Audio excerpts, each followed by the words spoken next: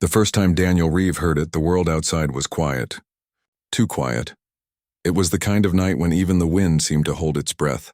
An hour past midnight, his old transistor radio humming faintly beside a cluttered desk. Static, low and constant, filled his tiny apartment like the whisper of 1,000 lost voices. Daniel was a sound engineer by profession, but more importantly, an obsessive tinkerer. He spent his nights chasing unknown signals, ghost frequencies, forgotten transmissions buried deep within the AM spectrum. That night, he was searching for something new, something that didn't belong. The discovery had began around 3:12 a.m. A flicker, a shift in the static, a faint modulation almost rhythmic. He adjusted the dial, his eyes squinting against the soft green glow of the frequency numbers. 682 R words. He'd never seen that frequency respond before, not once in years of scanning. The government charts didn't even list it. Yet here it was, alive. A voice began to form, not a word, a sound. It was breathing, slow, uneven, human. Daniel froze. He turned up the volume. The breathing grew louder, ragged, desperate, as if the person on the other end was trapped somewhere dark. And then, behind the breaths, he heard a faint metallic dragging. It was the sound of chains scraping across concrete. The voice, after 10 minutes. Daniel realized something horrifying. The breathing had begun to match his own. He leaned closer, testing it. He inhaled. The sound inhaled, he exhaled. It exhaled, perfectly synchronized. He whispered into the air, "Hello?" And the voice whispered back, "Hello?" Not an echo, a response. He jerked away from the radio, his heart pounding. For a long time, he just stared at it, half expecting the device to melt or burst into flame. But it just sat there, hissing softly, waiting. When he finally found the courage to touch the tuning knob again, the voice changed. Daniel. The sound of his own name through the static nearly made him fall out of his chair. He hadn't spoken it aloud. He yanked the power cord out of the wall. The radio continued to play. The recording by morning. Daniel had convinced himself it was fatigue, sleep deprivation from another long night of chasing nonsense. But when he checked his audio recorder, the entire session had been logged automatically, time-stamped, clear, real. He listened again. The breathing, the dragging, the voice, and then something new, something he hadn't heard during the live signal. At the end of the recording, a distant sound played for exactly 5 seconds, a scream, blood-curdling, cut short by a sudden impact, then silence. The research over the next few days, Daniel became obsessed. He checked online databases, amateur radio forums, black frequency archives, nothing. Nobody had logged 14.682 Mertzes. He even reached out to a few late-night enthusiasts on the dark web. Only one replied. A user named Echo Root. The message was short. "If you found that frequency, stop listening." "It doesn't broadcast from here," Daniel replied instantly. "Then where?" No answer ever came. The second night, 3 nights later, Daniel tried again. He told himself it was to prove he wasn't going crazy, to record clear data, analyze it scientifically. At 3:12 a.m. sharp, the signal returned. The same breathing, louder this time, closer, and then something else joined in, a faint ticking, like a clock counting down. Tick, tick, tick. Then the voice returned. "You shouldn't have come back." This time, Daniel didn't unplug it. He recorded everything, noting every anomaly, every fluctuation. At exactly 3:18 a.m., the breathing stopped, and then he heard a new sound, a door creaking open, footsteps, slow, heavy, coming closer. He froze, realizing with horror that the sound wasn't coming from the radio anymore. It was coming from the hallway outside his apartment. The sound in the hallway was unmistakable. Footsteps, slow, deliberate, human. Daniel froze, every muscle in his body locked tight. He muted the radio, praying the noise would stop. It didn't. The creaks grew louder. 1, 2, 3. The sound stopped right outside his door. He could hear breathing. Not from the radio this time, but real, wet, ragged breathing on the other side of the wood. He whispered to himself, "There's no one there. It's just in your head." But then, 3 soft knocks. The knocking each knock vibrated through his chest. He wanted to scream, but no sound came out. He inched toward the peephole. Nothing. The hallway was completely empty. Then he saw it. Not a person. A shadow. Something long and distorted was moving under the door like smoke sliding along the floor. It pulsed, breathing in rhythm with the static that still crackled faintly from the muted radio. And then, as suddenly as it came, it was gone. Daniel ripped the power cord from the wall again, tossed the radio into the closet, and didn't sleep for 2 nights. The stranger's message on the 3rd day. A new email appeared in his inbox. No sender, no subject line, only one sentence. You are now part of the transmission. Attached was an audio file titled 314 Hertz WAV. Daniel didn't want to open it. But curiosity and fear won. The file began with static. Then the same breathing, faint and distant. But this time, there were 2 voices. The first was the same as before, his own. The second whispered something beneath it, almost inaudible. He isolated the background frequency, ran it through a spectrum analyzer, and nearly dropped his coffee. The spectrogram displayed a series of faint waveforms. When rotated, they formed letters, words. They spelled, "Look behind you," the moment he didn't want to. But every instinct told him to check. He turned his head slowly toward the window, and for a split second, just before the reflection faded, he saw himself, but not as he was. Older, paler, eyes wide with terror, and behind that reflection, something moved, a tall skeletal figure, its face hidden behind what looked like a radio mask, an old receiver casing where a head should be. A thin cable hung from its neck, dragging across the floor like a tail. Then the lights went out. The emergency call. When the power returned 10 minutes later, Daniel called the police. They came, inspected the apartment, and found nothing unusual. No forced entry, no damage, no signs of anyone having been there. But as they were leaving, one officer paused. "Sir," he said, "you might want to check your voicemail." Daniel frowned. "Why?" The officer's face twitched. "Because we got a call from your number last night. You said you were being followed." Daniel blinked. "That's not possible. I didn't call anyone." The officer looked down at his notes. The message was recorded at 3:18 a.m., that exact time again, the same moment the signal stopped last time. The 3rd transmission. He didn't sleep that night. Instead, he went back to his computer, determined to trace the frequency's origin. He set up 3 receivers, each triangulating signal strength. At 3:12 a.m., like clockwork, the static returned, but this time, the signal came from inside the city, not from a broadcast tower, not from underground. It was bouncing from his own building. He grabbed his portable receiver and followed the readings through the hall, past the stairwell into the basement, an old maintenance level he'd never visited before. The walls were damp, lined with forgotten storage lockers and broken pipes. Signal grew stronger. The dial buzzed violently. As he reached locker 14B, the door was unlocked. Inside was nothing but a pile of tangled wires, a cracked speaker, and an old cassette tape labeled in fading ink, "Play Me." The tape, he hesitated. But of course he played it. The tape whirred, screeched, then steadied. A voice emerged, his own again. "If you're hearing this, it's already too late. Don't look for the source. You'll only find yourself." Daniel stared at the cassette player, disbelief crawling through him. "What does that mean?" The tape continued. "You found the frequency. You opened the channel. It's not a broadcast, it's a bridge." And then, faintly, under his recorded voice, he heard that dragging sound again. "Chains. When it starts answering back," the tape said, "it means it's crossed over." The recording ended with the same scream he'd heard in the first file. This time, he recognized it. It was his own voice. The final line. He ran back upstairs, panic overtaking logic. The apartment door was open, even though he was sure he'd locked it. And inside, on the desk where his radio once sat, was a new note written in his handwriting. 3:18, don't answer. He looked at the clock, 3:17, 1 minute left. Then, his phone began to ring. Unknown caller frequency, 14682.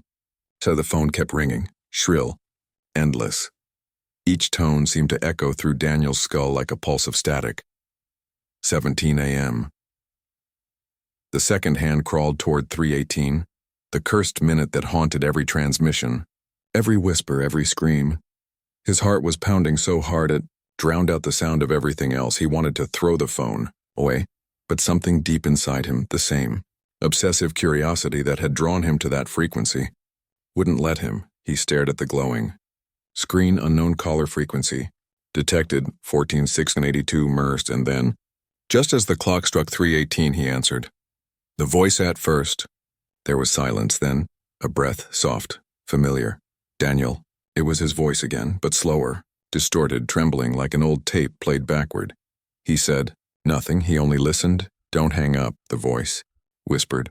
You'll want to know how it happens. Daniel's throat tightened. How what happens? Your death. The words slithered through the receiver like venom. He almost dropped the phone, but his body wouldn't move. Every nerve was locked in place, paralyzed by something ancient and cold. You can't stop it, the voice said. You already heard it. That's how it begins. The playback, the line crackled. Then, faintly, a sound played in the background. Footsteps, a door creaking, a scream. It was the same recording he'd captured days ago. The same scream, the same 5 seconds of horror. Only this time, it wasn't an echo. It was live. He whispered, "This isn't real." But the voice laughed, a dry, static-filled chuckle that made his stomach twist. It wasn't real the first time, now it is. The interference. The call cut out suddenly, replaced by a high-pitched tone that made Daniel's ears ring. He stumbled backward, knocking the phone off the table. It hit the floor, still glowing, still buzzing. Then his radio, the one he'd unplugged and thrown in the closet, switched on by itself. Static filled the room. Then came the breathing again. But this time, it wasn't matching his rhythm. It was ahead of it. He exhaled, the voice exhaled first. It was predicting him. And then it started speaking before he did. Don't run, Daniel. His blood froze. He hadn't even moved yet. It won't help.